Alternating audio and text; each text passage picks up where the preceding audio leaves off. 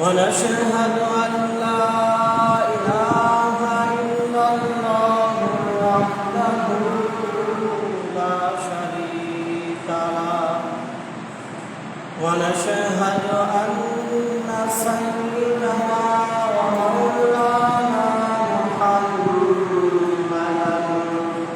عبد الله ورسوله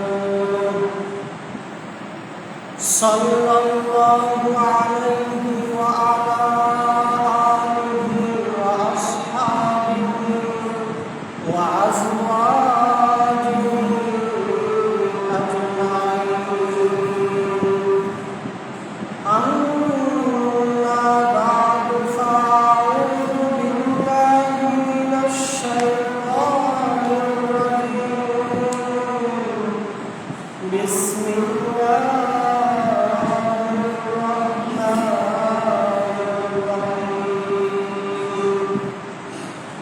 والفجر وليال عشر والشفع والوتر والليل إذا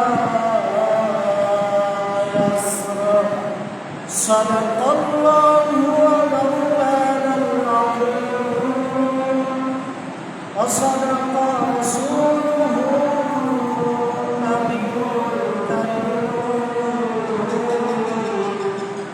ونحن على ذلك من الشاهدين والشاهدين والحمد لله رب العالمين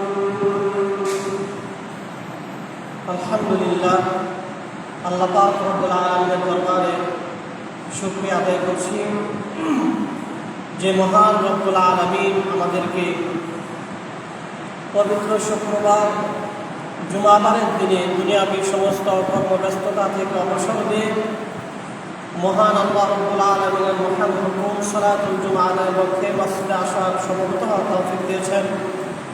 এজন্য আমরা শুকরিয়া আদায় করছি আলহামদুলিল্লাহ। লাখো কোটি দুরূদ এবং সালাম বর্ষিত হোক দয়ার নবী মায়ের নবী বিশ্বনবী মুহাম্মদ রাসূলুল্লাহ সাল্লাল্লাহু আলাইহি ওয়াসাল্লামের উপর। আমরা আবারও বলছি সাল্লাল্লাহু আলাইহি ওয়াসাল্লাম।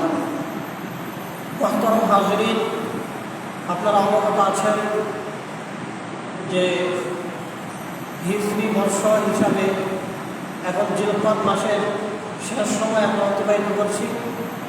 এই মাসের আর 3-4 দিন সময় বাকি আছে, তারপরে মহামান্বিত জিলহজ মাস শুরু হবে।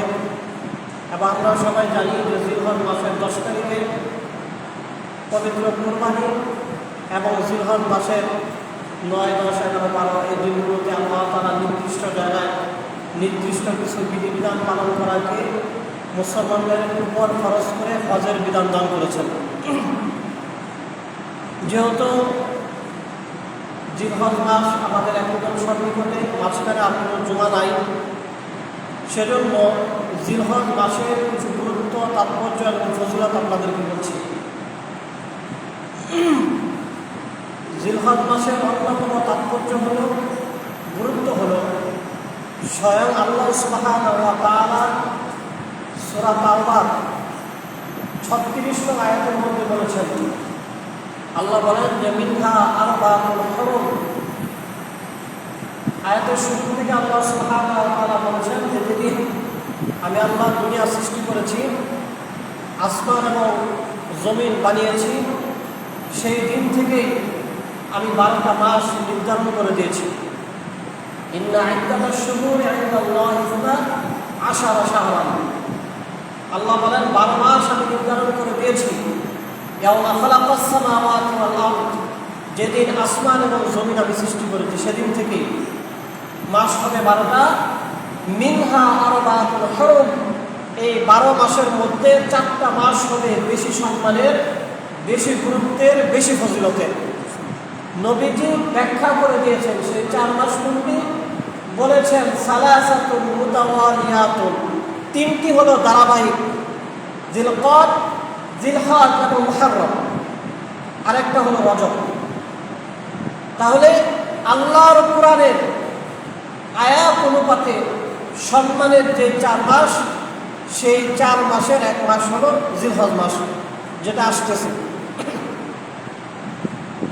এছাড়া আল্লাহ সুবহানাহু ওয়া তাআলা কোরআনুল কারীমের একটা সূরা আছে, যে সূরার নাম হলো সূরাতুল ফজর।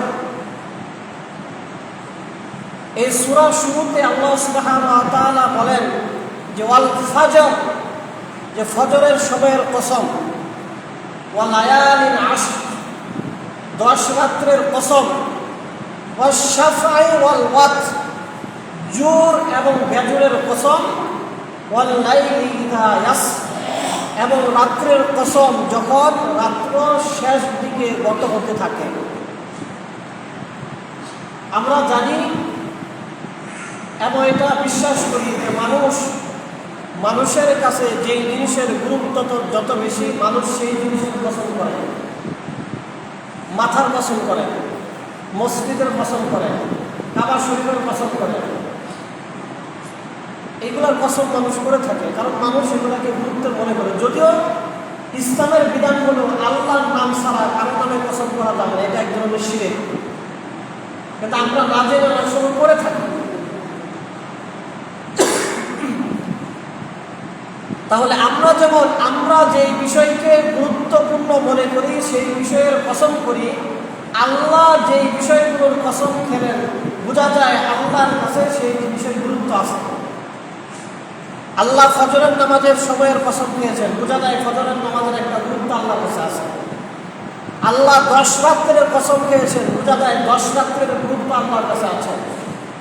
আল্লাহ জুর এবং বেজুরের কসম খেয়েছেন, বোঝা যায় জুর এবং বেজুরের গুরুত্ব আল্লাহর কাছে রয়েছে।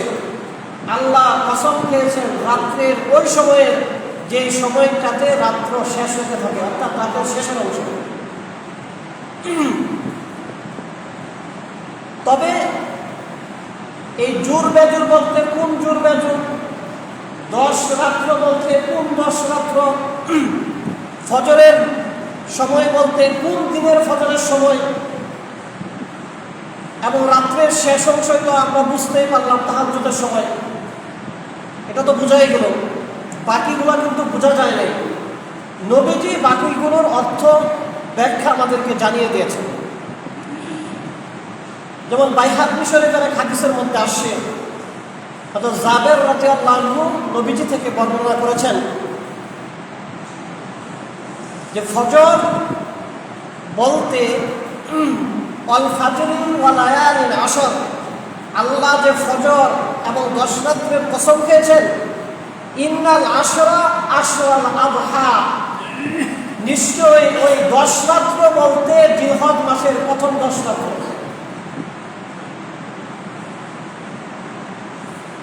ওয়াল ফিতর ইয়াউমুল আরাফা, ইয়াউমুল আরাফা, এবং বেজুর বলতে আল্লাহ তাআলা জিলহজ মাসের 9 তারিখ, 9 মানে বেজুর, এই আরাফার দিনকে আল্লাহ তাআলা উদ্দেশ্য করেছেন।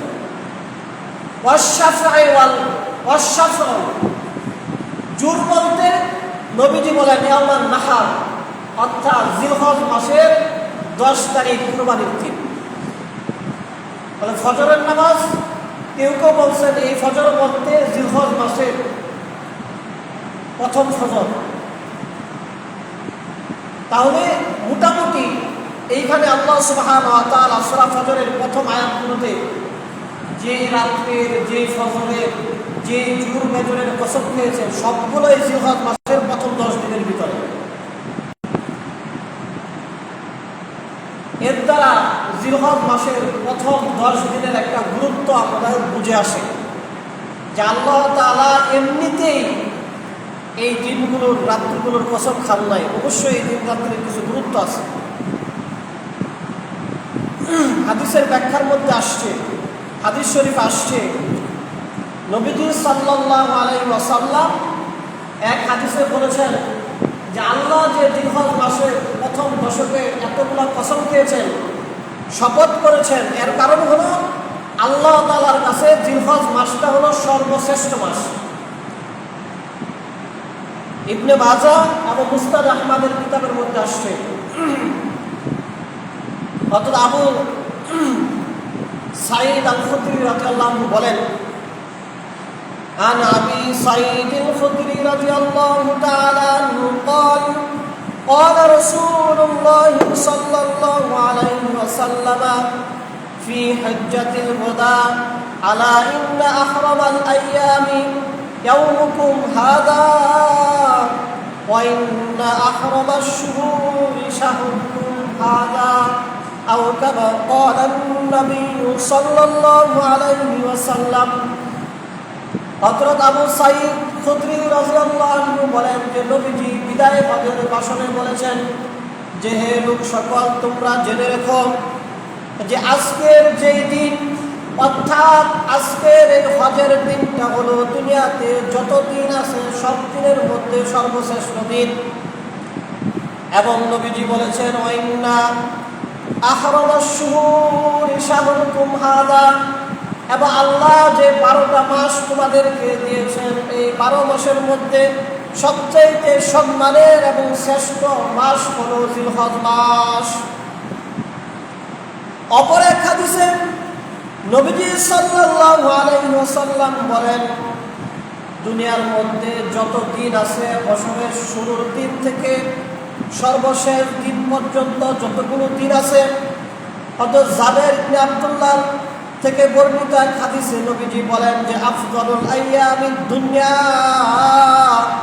যে দুনিয়াতে যত দিন আছে এই দিনের মধ্যে সবচাইতে ফজিলতের দিন হলো আল আশরু ইয়ানি আশরা জিলহিজ্জা, ওই 10 দিন অর্থাৎ জিলহজ মাসের প্রথম যে 10 দিন আছে সেই 10 দিন। অপর এক হাদিসে নবীজি সাল্লাল্লাহু আলাইহি ওয়াসাল্লাম বলেন জিলহজ মাসের প্রথম 10 দিনের ফজিলত লাইলাতুল কদরের ফজিলতের সমান। সুবহানাল্লাহ।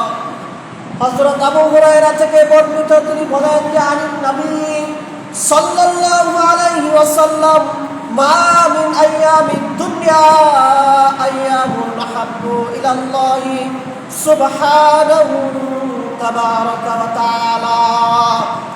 হযরত আবু হুরায়রা রাদিয়াল্লাহু তাআলা আনহু বলেন যে নবীজি বলেছেন যে দুনিয়ার মধ্যে যত দিন আছে এই দিনের মধ্যে আল্লাহ তাআলার কাছে সবচেয়ে প্রিয় দিন হলো ওই দিন, অর্থাৎ জিলহজ মাসের প্রথম 10 দিন। আইতা আব্বাদা লাহু ফিহা মিন আইয়ামিল আশরি ওয়া ইন্না সিয়ামা ইয়াউমিন ফিহা লা ইয়াদিমু সিয়ামা সানা। আল্লাহ তাআলার কাছে জিলহজ মাসের প্রথম 10 দিন এত বেশি প্রিয়, এত বেশি প্রিয়। আল্লাহর নবী বলেন যেই ব্যক্তি জিলহজ মাসের এই ঈদের দিনের আগের যে 9টা দিন আছে এই 9 দিনের যে কোনো একদিন যদি কোনো ব্যক্তি রোজা রাখে লা ইয়াদিমু সিয়ামা সানা, আল্লাহ এক দিনের রোজাকে 1 বছরের রোজা দ্বারা পরিবর্তন করে 1 বছরের রোজা সাবধান করবেন। সুবহানাল্লাহ। অর্থাৎ কোনো ব্যক্তি যদি জিলহজ মাসের চাঁদ ওঠার পরে থেকে ঈদের আগ পর্যন্ত 9 দিন রোজা রাখে, 9 দিন রোজার দ্বারা 9 বছর রোজা রাখার সওয়াব আল্লাহ তাআলা দান করবেন। ওয়ালাইলাতিন ফিহা বিলাইলাতিল কদর, এবং এই রাতগুলোতে যদি কোনো ব্যক্তি ইবাদত করে আল্লাহ পাক রব্বুল আলামিন লাইলাতুল কদরের মতো সওয়াব তার আমলনামায় দান করবেন। সুবহানাল্লাহ। এছাড়া অন্য এক বর্ণনার মধ্যে এসেছে হযরত আব্দুল্লাহ ইবনে আব্বাস রাদিয়াল্লাহু তাআলা আনহুমা বলেন যে নবীজি সাল্লাল্লাহু আলাইহি ওয়াসাল্লাম বলেছেন ওয়া ইন্না সিয়ামা ইয়াউমিন মিনহা ইয়াদিলু সিয়ামি সানা, যেই ব্যক্তি জিলহজ মাসের প্রথম 9 দিনের কোনো একদিন রোজা রাখবে তার আমলনামায় 1 বছর রোজা রাখার সওয়াব দেওয়া হবে। ওয়াল আমালু ফীহিন্না ইযাআফু 700 দিআফিন, এবং যদি কোনো ব্যক্তি একটা নেক আমল করে তার এক নেক আমলটা আল্লাহ তাআলা 700 গুণ বৃদ্ধি করে দেবেন। সুবহানাল্লাহ। এই হাদিসটা বাইহাকি শরীফে এসেছে। এই হাদিসের একটা তাৎপর্য হলো, আমরা জানি যে জিলহজ মাসের এই প্রথম দশকের এই দিনগুলোতে যারা হজ করেন তারা বাইতুল্লাহর আশেপাশে হজের মধ্যে থাকেন, এবং আমরা জানি কাবা শরীফের ভিতরের এরিয়ার ভিতরে যদি কেউ গুনাহ করে তার আমলনামায় অনেক বেশি গুনাহ হয়। অন্য অন্য জায়গায় গুনাহ করলে যেমন গুনাহ হয়, কাবার চত্বরের ভিতরে গুনাহ করলে আমলনামার মধ্যে গুনাহ বেশি হয়। আবার নেকি করলে নেকিটাকে আল্লাহ তাআলা বাড়ায় দেন। সুতরাং এটা আল্লাহর পক্ষ থেকে কারোর উপর জুলুম না। কিন্তু তো যারা হজ করবেন তারা তো এই বাইতুল্লাহর আশেপাশে থাকবেন, বেশি ইবাদত করতে পারবেন। 1 রাকাত নামাজ পড়লে 1000 রাকাত নামাজের 1 লক্ষ রাকাত নামাজের সওয়াব পেয়ে যাবেন, 1000 রাকাত নামাজের সওয়াব পেয়ে যাবেন বাইতুল্লাহ। কিন্তু দুনিয়ার অন্য মানুষ যারা আমরা কাবাতে নাই, বাইতুল্লাহতে নামাজ পড়তেছি না, ইবাদত বন্ধ করতেছি না, দুনিয়ার অন্য দেশে আমরা অবস্থান করতেছি, এই সময়টাতে নবীজি বলেন যারা দুনিয়ার বিভিন্ন প্রান্তে অবস্থান করবে, তথাপি যদি কোনো ব্যক্তি নেক আমল করে জিলহজ মাসের প্রথমে 9 দিন, এই নেক আমলগুলোকে আল্লাহ তাআলা 700 গুণ বৃদ্ধি করে দেবেন। সুবহানাল্লাহ। এই হাদিসগুলো এবং সূরা ফজরের প্রথম কয়েকটা আয়াত, এগুলোর দ্বারা আমরা মোটামুটি জিলহজ মাসের প্রথম 10 দিনের আমল করার গুরুত্ব এবং ফজিলত তাৎপর্য বুঝতে পারলাম।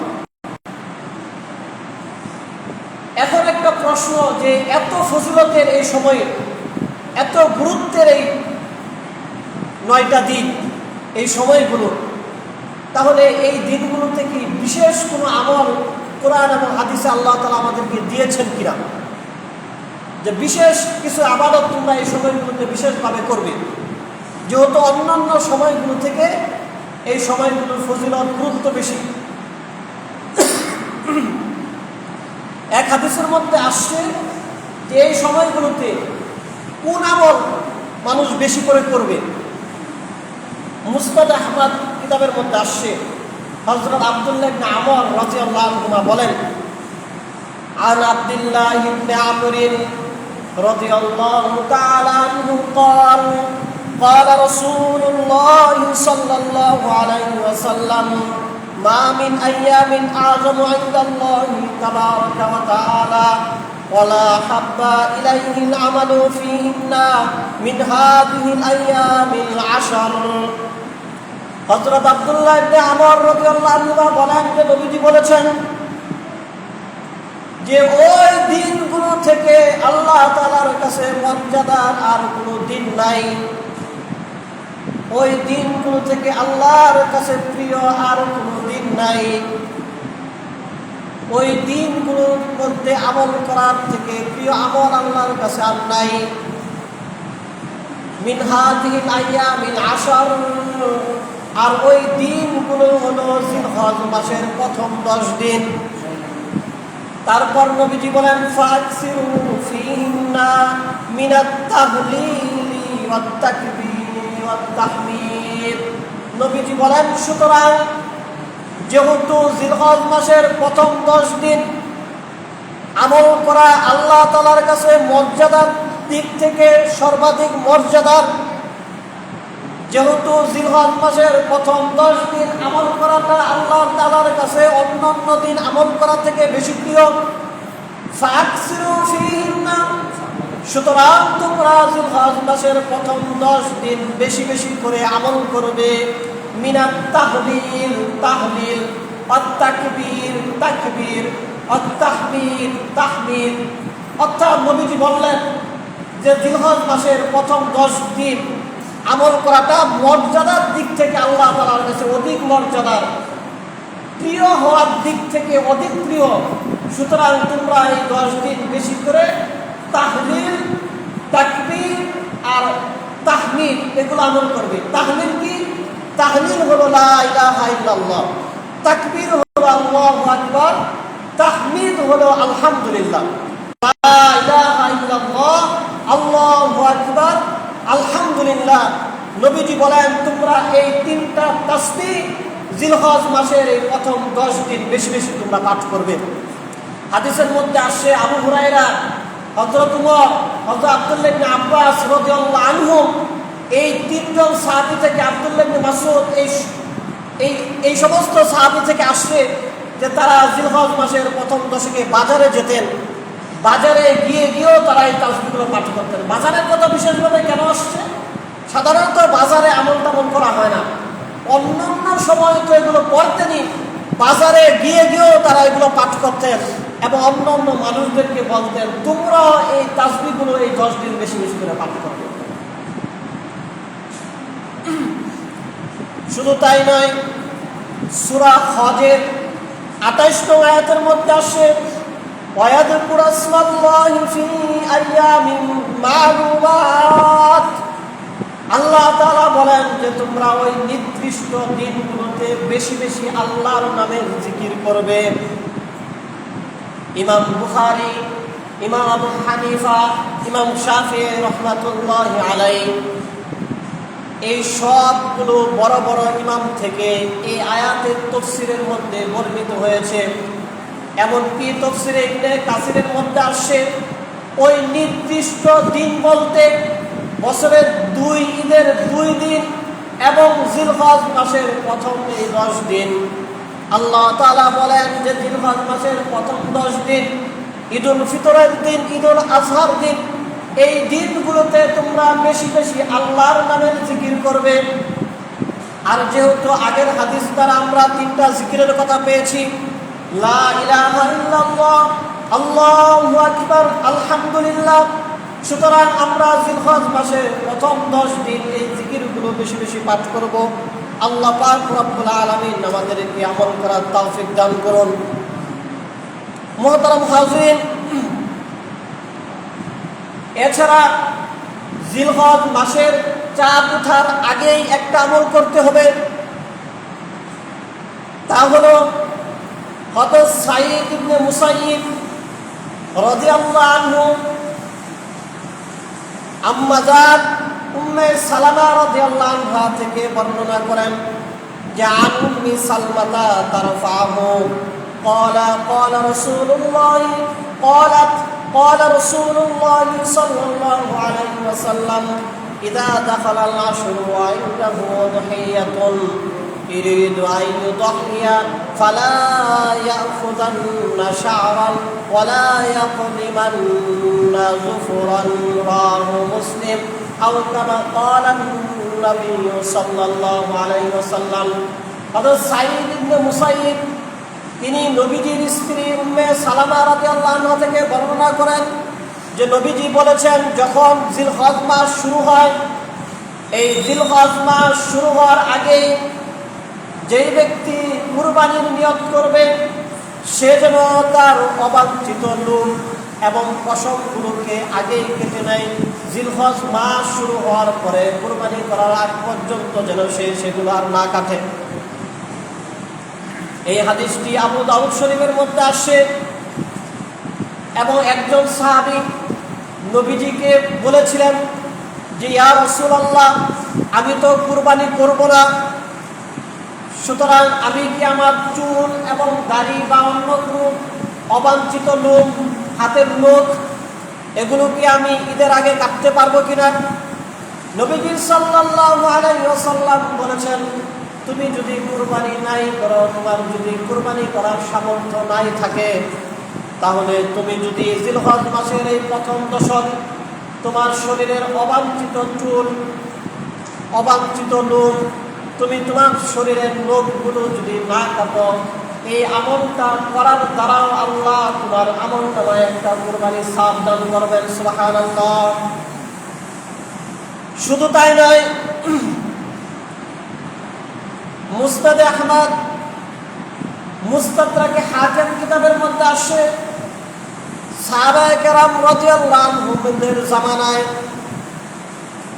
যদি কখনো নিজেদের ছোট ছোট নাবালক বাচ্চাদের চুলও কেউ কাটত, কোনো সাহাবী দেখতেন, তখন ওই সাহাবী নিষেধ করতেন যে নবীজি এই চুল এবং নখ কাটাকে নিষেধ করেছেন, তুমি তোমার সন্তানদের চুলগুলোকেও কেটো না।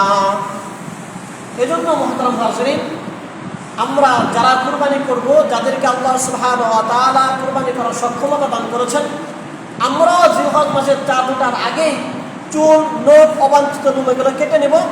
আমাদের সন্তানরা যারা আছে তাদেরকেও আগেই কেটে দেব, এবং যারা কুরবানি করবো না তারাও এমনটা করবো। আল্লাহ সুবহানাহু ওয়া তাআলা আমাদেরকে আমল করার তৌফিক দান করুন, সবাই বলে আমিন।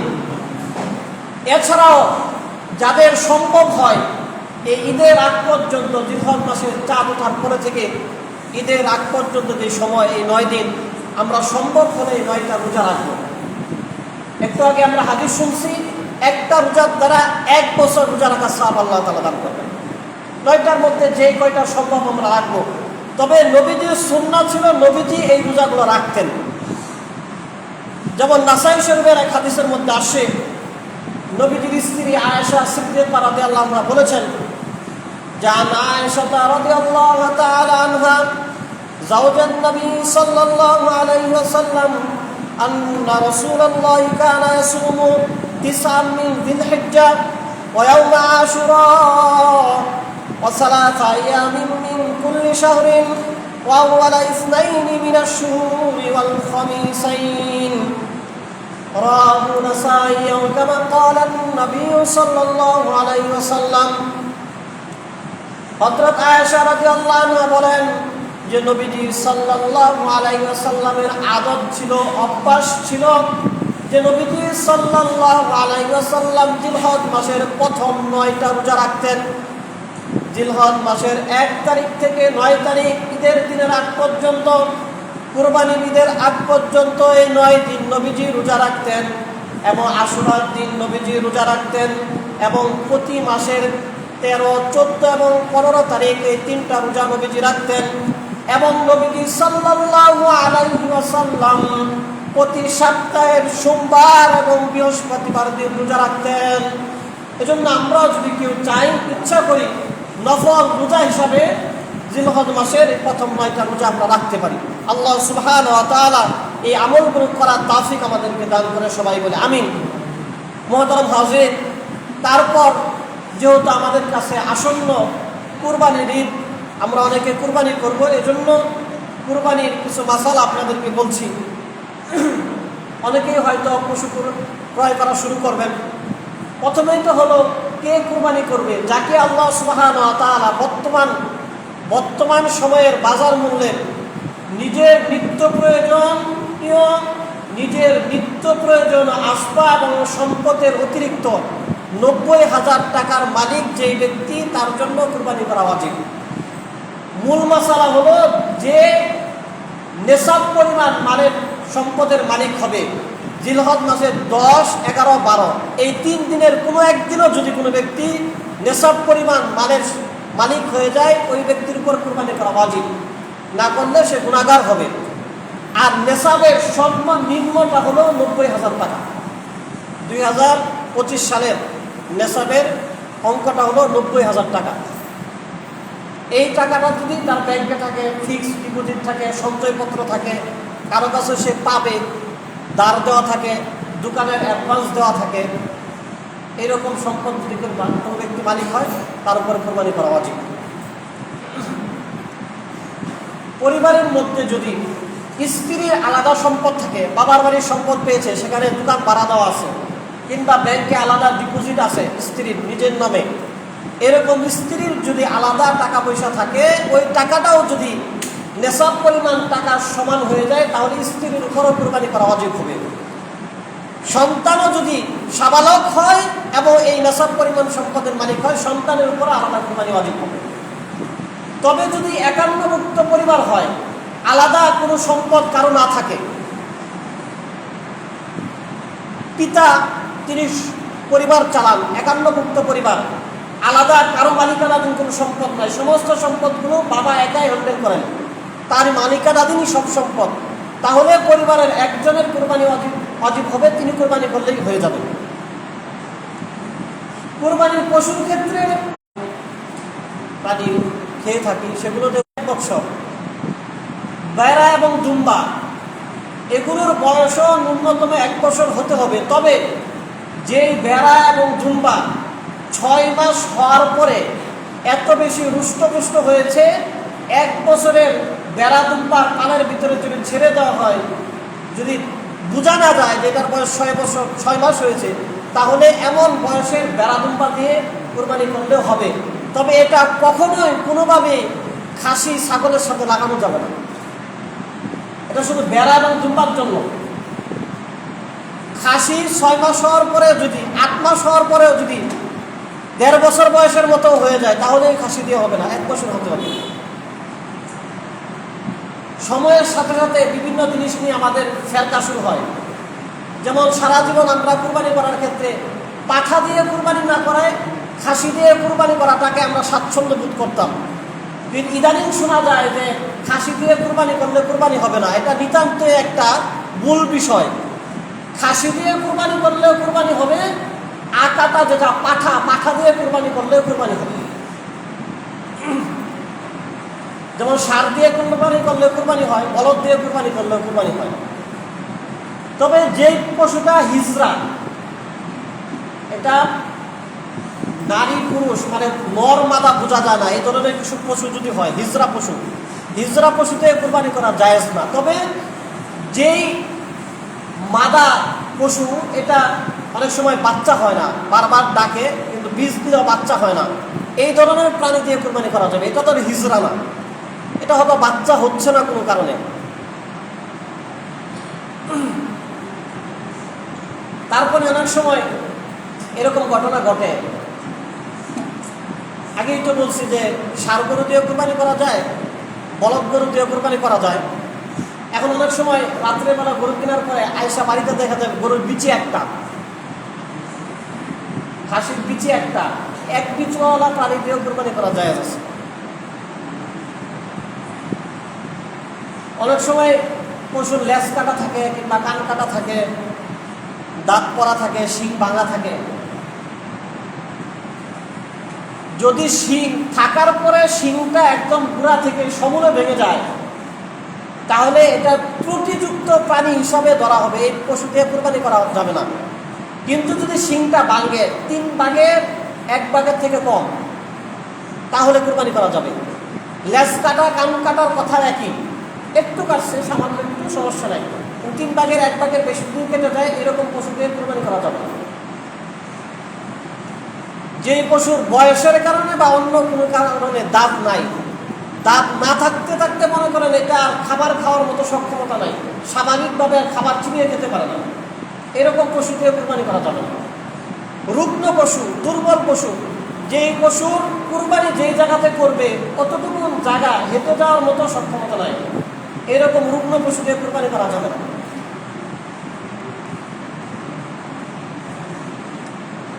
মোটামুটি এই বিষয়গুলোই আমরা যত পশু ক্রয় করব এই বিষয়গুলো আমরা লক্ষ্য করে পশু ক্রয় করব। যারা শরীকানা কুরবানি করব, আমরা শরীকানা কুরবানি করার ক্ষেত্রে আমরা অবশ্যই আমাদের যারা শরীক হবে আমরা সব শরীকের নিয়ত এবং অর্থ দুইটাই যেন হালাল হয় আমরা সেই দিকে লক্ষ্য রাখব। কারণ বিষয় হলো একজন মানুষের জন্য যার উপর কুরবানি ওয়াজিব হবে উনি যদি একটা খাসি জবাই করে কুরবানি দেয় হয়ে যাবে, আর গরুর মধ্যে উনি 7 জনে মিলে একটা দিলেও 7 ভাগের গরুর 7 ভাগের 1 ভাগের সমান যদি তিনি দিয়ে শরীক হন তার কুরবানিটা হয়ে যাবে। যেহেতু একটা গরু 7 জনের কুরবানির ক্ষেত্রে ব্যবহার হচ্ছে, সুতরাং একজনের কুরবানির মধ্যে টাকা কিংবা নিয়তে যদি ভেজাল থাকে তাহলে সবার কুরবানিটাই নষ্ট হয়ে যাবে। এই জিনিসটা আমরা লক্ষ্য রাখবো। আমাদের শরীকদেরকে আমরা আগে থেকেই যাচাই বাছাই করে নেব, তাদের সাথে বসে একটু সলা পরামর্শ করে নেব যে এটা গুস্ত খাওয়ার জন্য না, এটা সাহাবের জন্য, ইবাদতের জন্য। সুতরাং তোমার যেই সম্পদটা বেশি ভালো, যেই টাকাটা বেশি হালাল সেটাই তুমি এখানে ব্যবহার করো। এই জিনিসগুলো আমরা লক্ষ্য রেখে করবো। আল্লাহ সুবহানাহু ওয়া তাআলা আমাদের সবাইকে আমল করার তৌফিক দান করুন, সবাই বলে আমিন।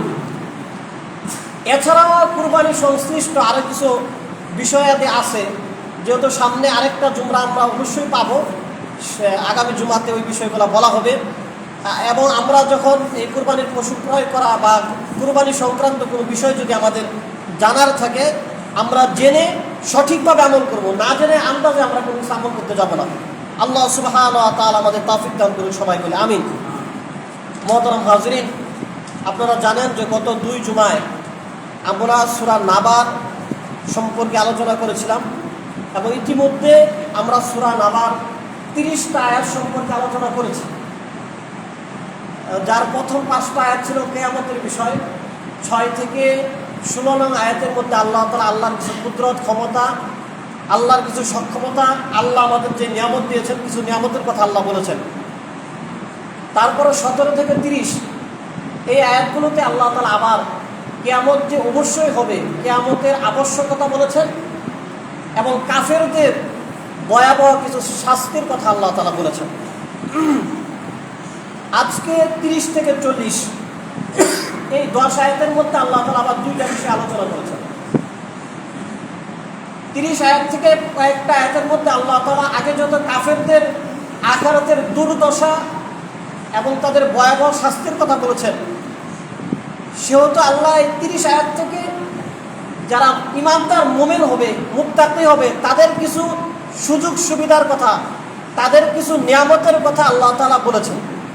এরপরে আল্লাহ তাআলা শেষের দিকে আবার হাসরের ময়দানের হিসাবের যে একটা প্রক্রিয়া, এটা কত বেশি ভয়াবহ হবে, কতটা বেশি কঠোরতার সাথে হাসরের ময়দানের হিসাব নিকাশ হবে, সেই বিষয়টা বলে আল্লাহ তাআলা সূরার আলোচনা শেষ করেছেন।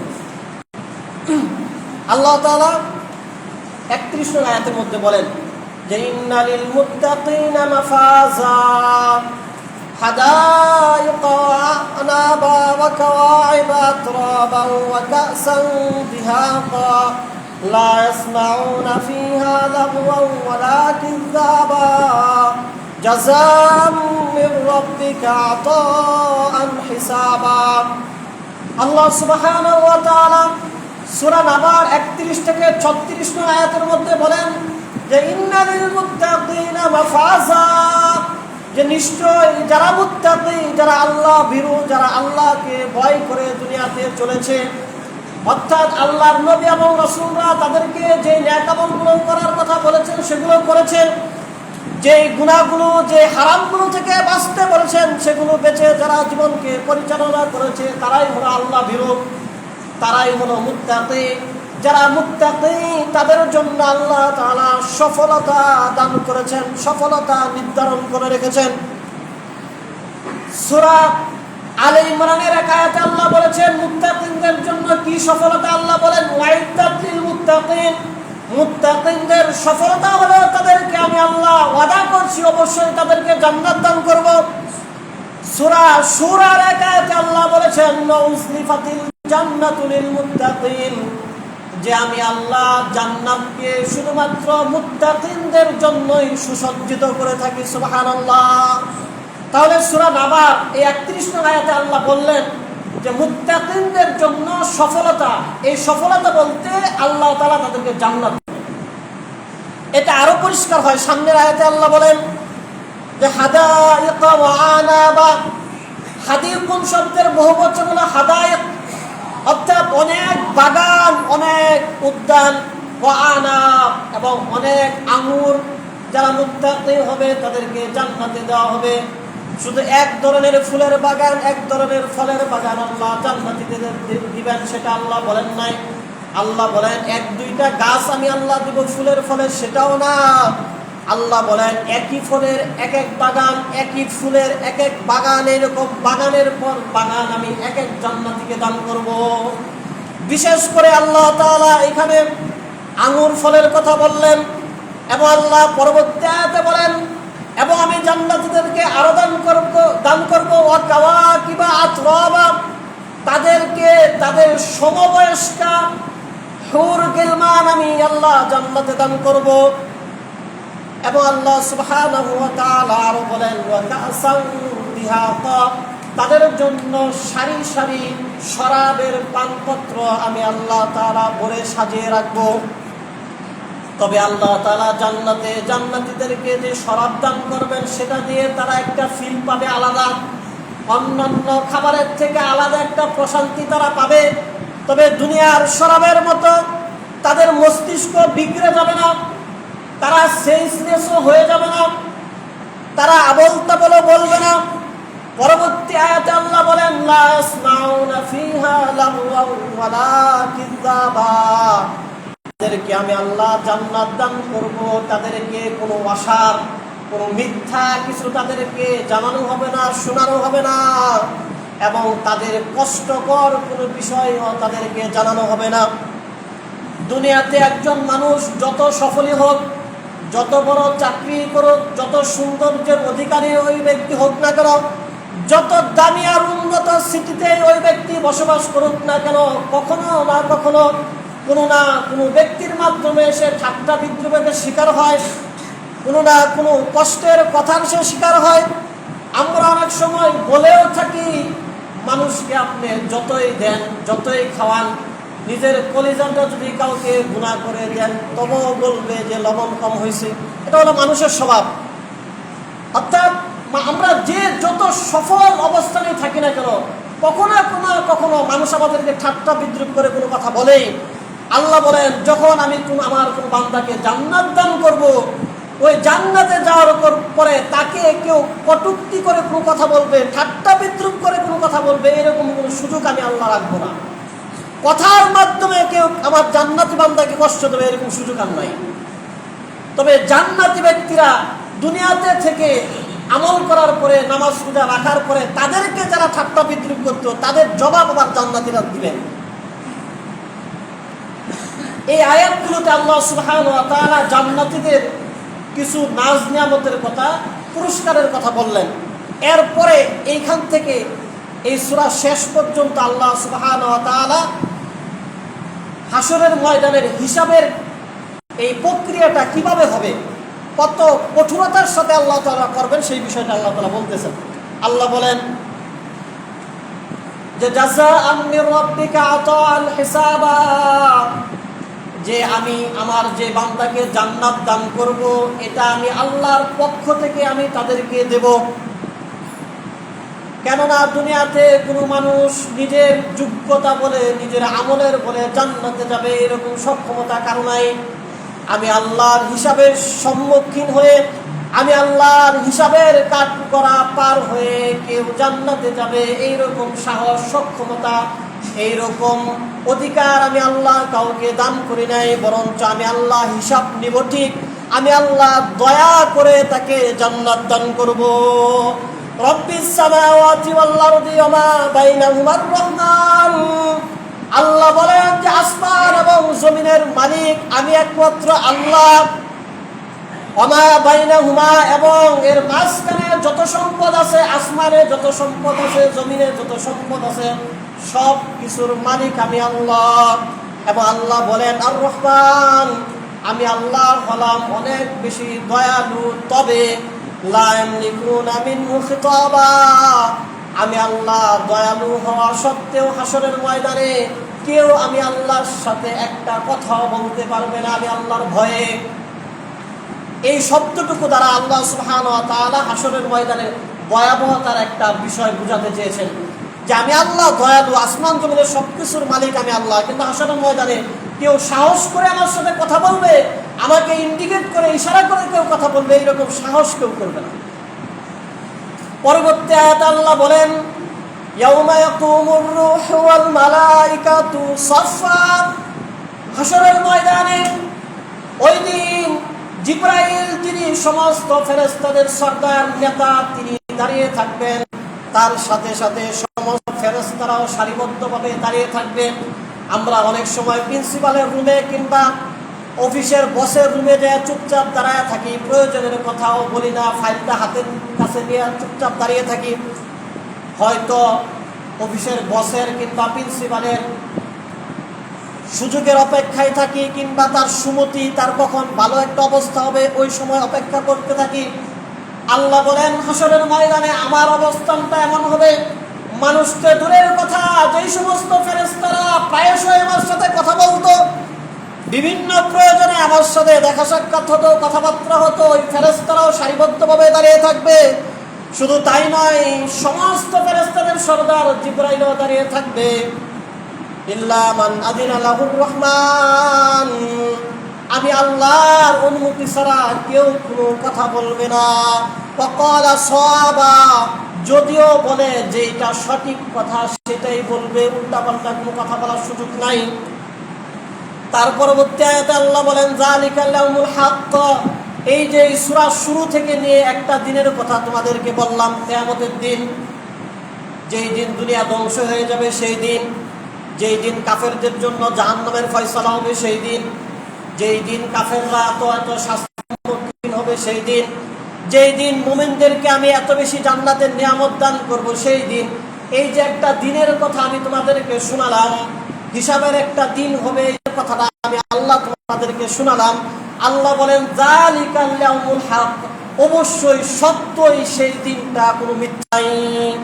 ফামান শাআত্তাখাযা ইলা রাব্বিহি মাআবা, সুতরাং কেউ যদি চায় তার রবের সাথে সুসম্পর্ক করবে, মাবুন শব্দের একটা হলো অর্থ হলো আশ্রয়, আরেকটা হলো সান্নিধ্য গ্রহণ করা। সুতরাং কেউ যদি চায় তার রবের সাথে সম্পর্ক করবে, তার রবের সান্নিধ্যে সে যাবে, তাহলে সে যেন সেভাবে চলে। সূরা কাহাফের সর্বশেষ আয়াতের মধ্যে আল্লাহ বলেছেন ফামান কানা ইয়ারজু লিকা রাব্বিহি, যেই ব্যক্তি চায় যে সে তার রবের সাথে সাক্ষাৎ করবে, যে চায় যে তার রবের সাথে তার মুলাকাত ঘটুক, তার রবের সাক্ষাৎ সে পাক, ফালইয়ামাল আমালান সালিহা, সে যেন নেক আমল করে, সে যেন নেক আমল করে। কিভাবে নেক আমল করবে? ওমাই ইউশরিক বিরাব্বিহি আহাদা, নেক আমল করবে শিরক মুক্তভাবে নেক আমল করবে। তাহলে সূরা নাবার এই আয়াতে আল্লাহ বললেন যদি কেউ আল্লাহর সান্নিধ্যে যেতে চায় সে যেন সেই সান্নিধ্য গ্রহণ করে। সূরা কাহাফের সর্বশেষ আয়াতে বললেন যে আল্লাহর সান্নিধ্য কিভাবে যাবে? যে ব্যক্তি নেক আমল বেশি করবে সে আল্লাহর সান্নিধ্য পাবে, তবে নেক আমলটা শিরক মুক্তভাবে করতে হবে। এরপর আল্লাহ সুবহানাহু ওয়া তাআলা সর্বশেষ আয়াতে আবার বলতেছেন যে ইন্না আনজারনাকুম আযাবান করিবা, যে নিশ্চয় আমি তোমাদেরকে দেখিয়ে দিলাম। নাজারা ইয়ানজুরু শব্দটা দেখিয়ে দেওয়া, আমি তোমাদেরকে দেখিয়ে দিলাম আসন্ন আযাবের দিন। আমরা কি মনে করেন জান্নাত জাহান্নাম এগুলো দেখছি? দেখি নাই কিন্তু কেউ। কিন্তু আল্লাহ বলছেন আমি তোমাদেরকে ওই আসন্ন আযাবের দিন যেটা আসতেছে কিয়ামতের দিন, এটা তোমাদেরকে দেখায়া দিলাম। এটা হলো আমরা একটা কথ্য পরিভাষা আল্লাহ তাআলা ব্যবহার করেছে। আমরা অনেক সময় সন্তানকে নিয়ে বসার করে বলি যে বাবা আমরা অনেক কষ্ট করে চলেছি, অনেক কষ্ট করে পড়াশোনা করেছি, ভালো কোচিংয়ে কি কোনো প্রাইভেটই করতে পারি নাই, গাইড তো কিনতেই পারি নাই, জীবনে কল্পনাও করি নাই, কিন্তু তোমাদেরকে দেখো গাইড কোচিং প্রাইভেট কত কিছু দিলাম, নামি দামি স্কুলে পড়াইলাম, রিক্সাটা যাও, স্কুল ড্রেস কত কিছু দিলাম, একটু ভালোভাবে পড়ো, এইভাবে চলো, তাদের সাথে চলো না, তাদের সাথে চলো। এই সবগুলো কথা বাবা সন্তানকে বলার পরে শেষে বলে কি আমি তোমাকে একটা ভালো রাস্তা দেখায় দিলাম, তোমার মন চাইলে ভালোভাবে চলো। বাবা কি ওই রাস্তা দেখায় দিছে? বিষয়গুলো বইলা দিছে। আল্লাহ বলতেছেন যে আমি কিয়ামতের ভয়াবহতার কথা বলে দিলাম, আমার অবাধ্যভাবে চলবে জাহান্নাম যাবে, কি খাবে জাহান্নামে সেটাও বলে দিলাম, আমার বাধ্যগতভাবে দুনিয়াতে চলবে জান্নাতে যাবে, কি নিয়ামত পাবে সেটাও আমি তোমাদেরকে বলে দিলাম। এরপর আল্লাহ বলতেছেন ইন্না আনজারনাকুম আযাবান করিবা, আসন্ন আযাবের দিন আমি আল্লাহ তোমাদেরকে দেখায়া দিলাম। ইয়াউমা ইয়ানজুরুল মারউ মা কদ্দামাত ইয়াদা, সেদিন মানুষ তাদের কর্মফল দেখতে পাবে, সেদিন মানুষ তাদের হাতের কামাই দেখতে পাবে। ওয়ায়াকুলুল কাফিরু ইয়া লাইতানি কুনতু তুরাবা, অস্বীকারী কাফের যারা, একটা হলো সরাসরি কাফেরও হতে পারে যারা ইসলাম গ্রহণই করে নাই, আরেকটা হলো ইসলাম গ্রহণ করার পরে যারা আল্লাহর বিভিন্ন বিধানগুলো মানে নাই, অস্বীকারী। আল্লাহ বলেন ওই দিন ওই সমস্ত অস্বীকারী কিংবা কাফেররা আফসোস করে বলবে ওয়ায়াকুলুল কাফিরু ইয়া লাইতানি কুনতু তুরাবা, আহারে আফসোস, দুর্ভোগ আমার, আমি যদি মাটি হইতাম আমার কোনো হিসাব হইতো না, আমি যদি মাটি হইতাম আমার জন্য জান্নাত জাহান্নামের বিষয় আসতো না, আমি যদি মাটি হইতাম আমার কোনো হিসাব নিকাশই হইতো না। এই যে এই কোরআনের আয়াতগুলো আমরা আসলে কোরআন শরীফ হয়তো অনেকে পড়ি কিংবা অনেকে পড়ি না, আয়াতের বিষয়গুলো জানি না। সাহাবায়ে কেরাম এগুলো জানতেন, বুঝতেন, আয়াতগুলো পড়ার সময় কান্না করতেন। আবু বকর রাদিয়াল্লাহু আনহু যিনি হলেন সমস্ত নবীদের পরে সর্বশ্রেষ্ঠ, সমস্ত মানুষের মধ্যে সর্বশ্রেষ্ঠ, আবু বকর জান্নাতে যাওয়ার আগে কেউ জান্নাতে যাবে না, এবং আবু বকর রাদিয়াল্লাহু আনহু জান্নাতে যাবেন এটা সুনিশ্চিত, এটার মধ্যে কোনো ভেজালও নাই। ওই আবু বকর রাদিয়াল্লাহু আনহু অনেক সময় উট দেখে গরু দেখে বলতেন, গরু দেখা বলতেন, কি বলতেন? উট দেখা বলতেন, আরে আমি যদি তোমার মতো উট হইতাম একসময় মানুষ তোমাকে জবাই করতে, খায়া ফেলাইতো, শেষ মইরা যাইতা, শেষ হয়ে যাইতা, তোমার কোনো হিসাব নিকাশ থাকতো না। অনেক সময় আবু বকর রাদিয়াল্লাহু আনহু মরুভূমির ঘাস যেগুলো লতা পাতা এগুলো দেখে বলতেন, আরে লতা পাতা তোমার জীবন কত ভালো, তোমার জীবন কত ভালো, কোন নিশ্চিন্তের জীবন তোমার। এক সময় তুমি আসো, আবার এক সময় তুমি মরে যাও, কিন্তু জন্তু জানোয়ার তোমাকে খেয়ে ফেলে। কিন্তু দেখো আমি আবু বকর, আমার মাথার উপর হিসাবের একটা দিন অপেক্ষা করতেছে, হিসাবের টেনশন আমার মাথার উপর, কিন্তু এই গাছ লতা পাতা তোমার কোনো হিসাবের ভয় নেই। আবু বকরের মতো মানুষ হিসাবের দিন নিয়ে এরকম চিন্তিত থাকতেন, কারণ তিনি কোরআনের ব্যাখ্যা বিশ্লেষণ ভালোভাবে জানতেন যে এরকম ভয়াবহতা অপেক্ষা করতেছে। এই জন্য মুহতারাম হাজিরিন, আল্লাহ সুবহানাহু ওয়া তাআলা আমাদেরকে এই বিষয়গুলো এভাবে উপলব্ধি করার তৌফিক দান করেন এবং আমাদেরকে এই অনুপাতে জীবনকে পরিচালনা করার তৌফিক দান করেন। যারা পরে আসেন ইনশাআল্লাহ চারা আল্লাহ তোমাকে